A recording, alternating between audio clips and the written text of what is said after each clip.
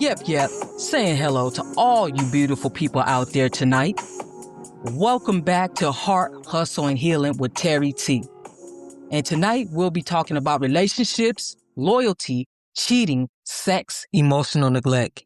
And this is considered one of all-time issues in relationships as of today.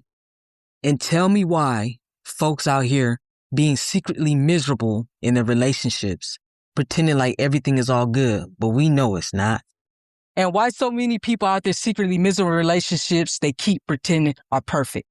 The question is, if you're not pleasing your partner, is cheating inevitable? Because let's keep it 100. Half of the time, people post relationship goals online, can't even sleep in the same damn bed without attention. Somebody's always cheating. Somebody's always lying. Somebody's always emotionally checked out. Somebody's tired. Somebody's secretly craving attention from somebody else. And nobody's talking about the shit for real. So tonight, I'm about to keep it raw, real, and uncut. Unfiltered. No fake podcast voices. No political correct bullshit. Just real conversation for real people. Now, before y'all start attacking me in the comments, cheating is a choice, you guys. Let me say this shit again for the people in the back. Cheating is a choice. Nobody accidentally trips, falls, and lands naked in another motherfucker's bed.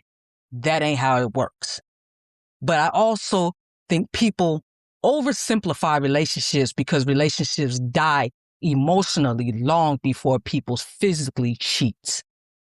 That part nobody wants to discuss, and we're talking about it today. Partners, stop listening, stop touching each other, stop flirting, stop laughing together, stop communicating, stop checking in emotionally.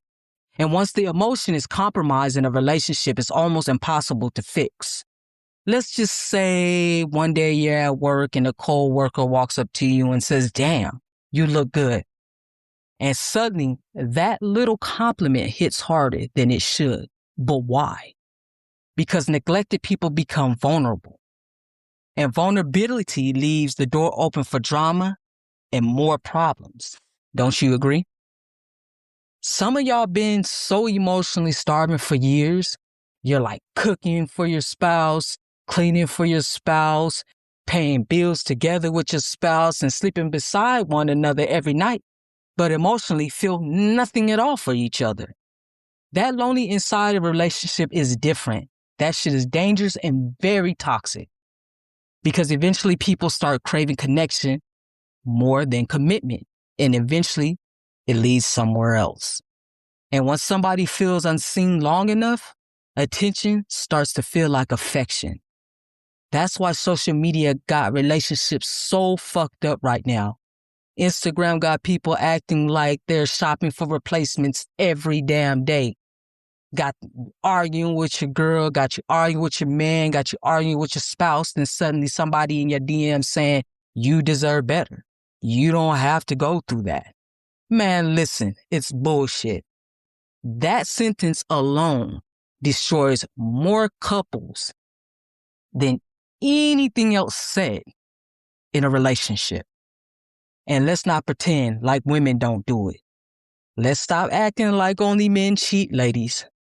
Women, from my opinion, cheat better than men most of the times. And I feel like once women check out mentally, it's usually hard to get her to come back. And that's why resentment starts building, especially when rejection becomes a routine, either from a man, a woman, or your partner, whatever you choose. Every night it's always an excuse. "I'm tired. Not tonight. I got a headache. I'm stressed." Like, damn, when are you going to give it up? Eventually, in my head, I will start to question myself. Am I unattractive? Are they talking to somebody? Are they cheating? Why don't they touch me anymore? A lot of things will start running through my head.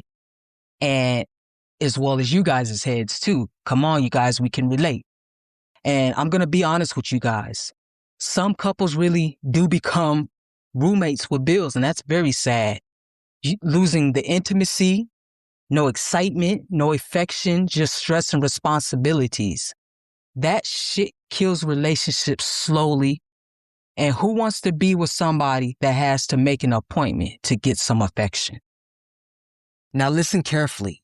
Bad sex alone doesn't just destroy a relationship, but lack of intimacy with poor communication can and will create the recipe to the disaster. Because most people don't just miss sex, they miss the emotional connection between one another. They just waiting for financial stability, timing, or another emotional connection before the physical lead. And men, a lot of men out here emotionally broken, but too prideful to talk about it.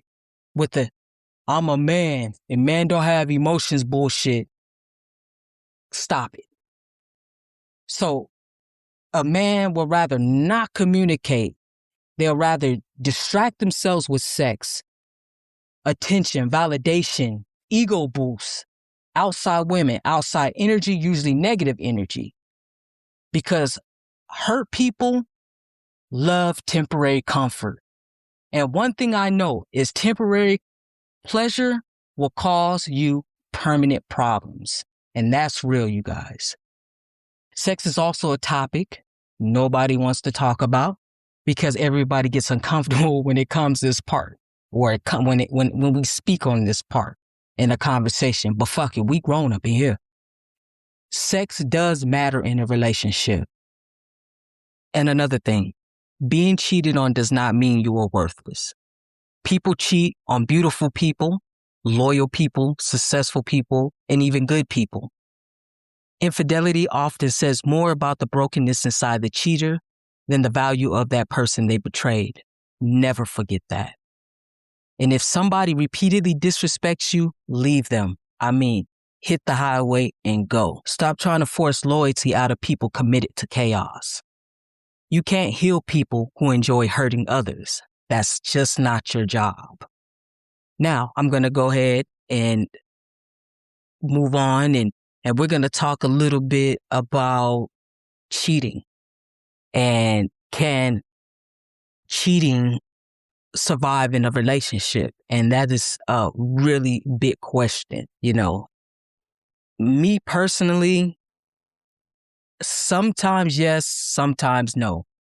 And it depends on honesty, remorse, the effort, the accountability, and the damage that was done at the time of cheating. Some people can rebuild stronger, and then some people can never recover.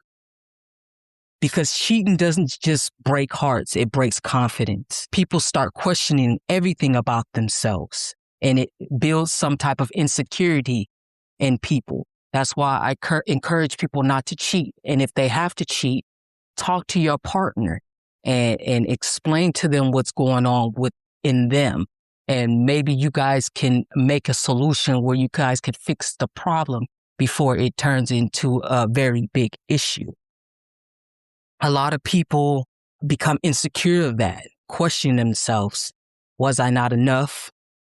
What did they have that I didn't have? Was I too loyal? Was I too loving or too forgiving? And some people really never fully recover emotionally. That betrayal changes people. And I need to say this because a lot of people use this phrase of, that wasn't me, don't take it out on me. But people need to realize that cheating and betrayal really changes you, really changes how you think. It shouldn't, but it does, because we are only human. We have emotions. And it can cause a lot of people to be guarded, cold, toxic, controlling, and detached. And it's usually not because they're evil. It's because pain changes how they love. That's why I encourage people to heal no matter what. And I'm actually talking about real healing, not fake healing where people just jump in another relationship to distract themselves. No, actual healing. Take some time to seek therapy, self-awareness, accountability, growth, peace, for example. Now, let me say something that might piss a lot of people off. Staying loyal ain't just about love, it's discipline, because temptation is going to exist forever and everywhere. There will always be someone attractive, always somebody flirting, always somebody offering attention. That's just life. That's just the way it has been set in the book of life. But communication means protecting your relationship even when opportunities appear. And a lot of people nowadays want relationship benefits without the relationship responsibility. Everybody wants to be loved. You want to be loved. I want to be loved. And most people that's around me want to be loved. But very few people want to do the emotional work love actually requires. That's why communication matters. And I'm talking about real communication, not that, babe, I'm fine, or no, real communication. The type of communication you can tell your spouse, I feel disconnected, I feel rejected, I miss you, you're not spending enough time with me, I don't feel wanted by you or attractive to you. These are the type of communication skills we should have learned as children and mastered as adults, and learn how to apply these skills to our current situation. These conversations can not only de-escalate issues, but can save a lot of relationships. Silence destroys them. And let's talk about emotional damage after cheating. Others may never recover from trust again. And once respect dies, man, that relationship is usually left on life support. Because trust is hard as fuck to rebuild once it's broken. Every late text becomes suspicious. Every notification becomes a trigger. Every mood change feels weird. The mental exhaustion destroys people slowly. So before you go and cheat on your spouse, or lie, or sneak around, or play games, just communicate. That's all it takes. Speak up. Go seek counseling. Fix it, or leave them alone. Don't emotionally destroy somebody because you're scared to have that uncomfortable conversation. That shit is not right and is definitely selfish. And one thing I need listeners to understand tonight, stop abandoning yourself trying to keep people who have already abandoned the relationship emotionally. Love yourself enough to walk away from the bullshit and the disrespect. That's where healing begins. Sometimes healing ain't reconciling with your partner. Sometimes healing is finally saying, I deserve peace more than I deserve confusion and destruction. And I'm going to end it on this note. This has been a very special episode with Heart, Hustle, and Healing with the very sexy Terry T. Real raw conversation, real life, real discussions, real healing with no filters. Also, make sure y'all like and share this episode to somebody who you feel needs to hear this. Offer people grace and give grace to yourself too. Heart, Hustle, and Healing will be airing live every single Friday at 8 p.m. Central Time. That's 8 p.m. Central Time. Also, make sure you like, follow, and subscribe on all major platforms, Facebook, Instagram, TikTok, and Spotify. That's at Heart, Hustle, Healing 435.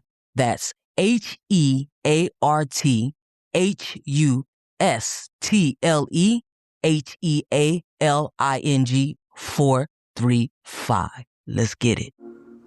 And remember, Terry T said, no matter what part of life you at, remember to guard your heart, keep your hustle, and never stop healing. I said what I said.